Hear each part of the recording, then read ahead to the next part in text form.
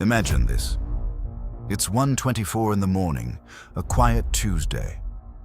Two men walk up to the side door of a museum in Boston, dressed in police uniforms, and ring the bell. A guard buzzes them in. 81 minutes later, those two men walk out, and $500 million worth of art is gone. Forever. That was March 18th, 1990. 34 years have passed. The FBI has investigated. The museum has offered a $10 million reward, the largest ever offered by a private institution.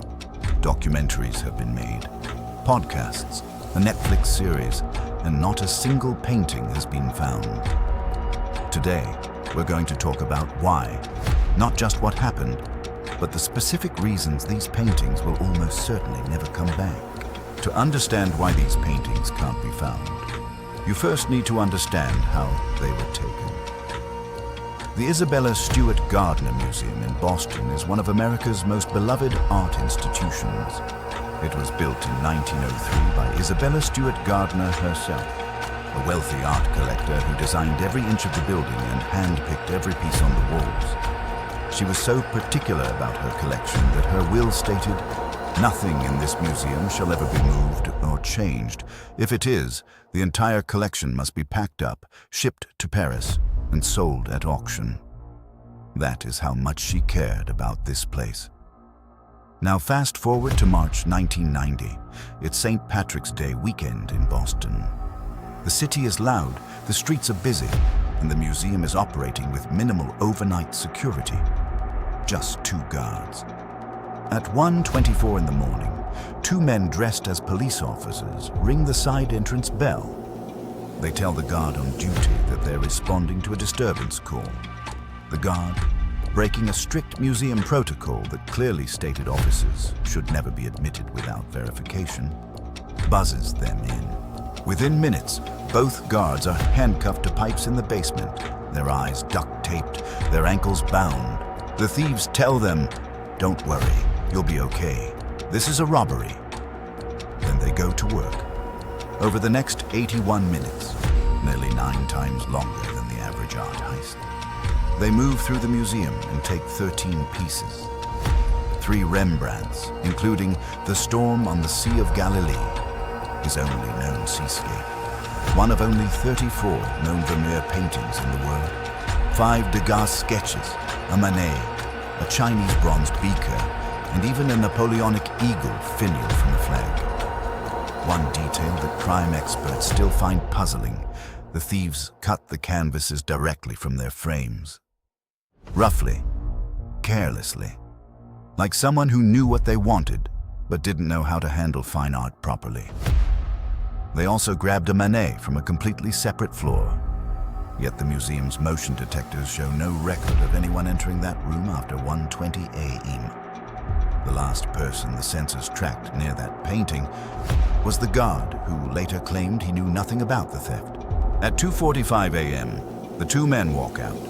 The guards are discovered at 8 in the morning by the incoming shift. By then, the thieves have been gone for over 5 hours. Here's where the story gets genuinely complicated. Because it's not that the FBI has no leads. They do. In 2013, they announced they had identified the two thieves with, in their own words, a high degree of confidence.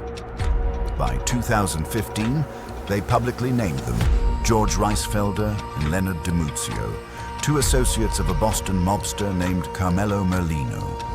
Both Reisfelder and DiMuzio died within a year of the robbery. They took whatever they knew to their graves. And that is the first reason these paintings will likely never be found. Reason 1. The people who knew are dead. This case has a pattern that investigators find deeply frustrating. Nearly every person who surfaces as a credible suspect either dies shortly after, or refuses to talk even when it would benefit them directly. Bobby Donati, believed to have helped organize the theft, was murdered in 1991. Bobby Guarente, another key suspect, died in 2004. Robert Gentle, the only living person authorities believed had first-hand knowledge, served 54 months in prison rather than give up what he knew. He was released in 2019 and died without telling investigators anything definitive. When the FBI raided Gentile's property, they found a hidden pit dug beneath a false floor in his backyard shed. Empty, but clearly built to store something large. In his basement, a copy of the Boston Herald from March 1990 reporting the theft, alongside a handwritten note estimating what each stolen piece might fetch on the black market. That is not the home of an innocent man, but it is also not enough to recover paintings. Reason 2. These paintings cannot be sold. Here is the central irony of this case. The reason these paintings are worth $500 million is the exact same reason they can never be sold. Vermeer's The Consul is considered the most valuable unrecovered painting in the world. Rembrandt's Seascape is only one of its kind. Every reputable auction house, dealer, gallery, and collector on Earth knows exactly what these works look like. They are listed on every stolen art registry globally. Any attempt to bring them to market would immediately alert Interpol and the FBI. So whoever has them is stuck with them. They can't display them. They can't sell them. They can't even insure them. The paintings are, in a very real financial sense, worthless to whoever holds them, and yet worth everything to the rest of the world. Reason 3. They were never meant to be sold. This brings us to what FBI investigators and art crime experts now believe is the most likely explanation for why the paintings have never surfaced. They were never stolen to be sold. Art crime researchers have documented a consistent pattern within organized crime. Stolen paintings are used as collateral, not money, collateral. You want a large drug shipment guaranteed? You put up a Rembrandt. You want a boss released from federal custody? You offer a Vermeer as your bargaining chip to negotiate.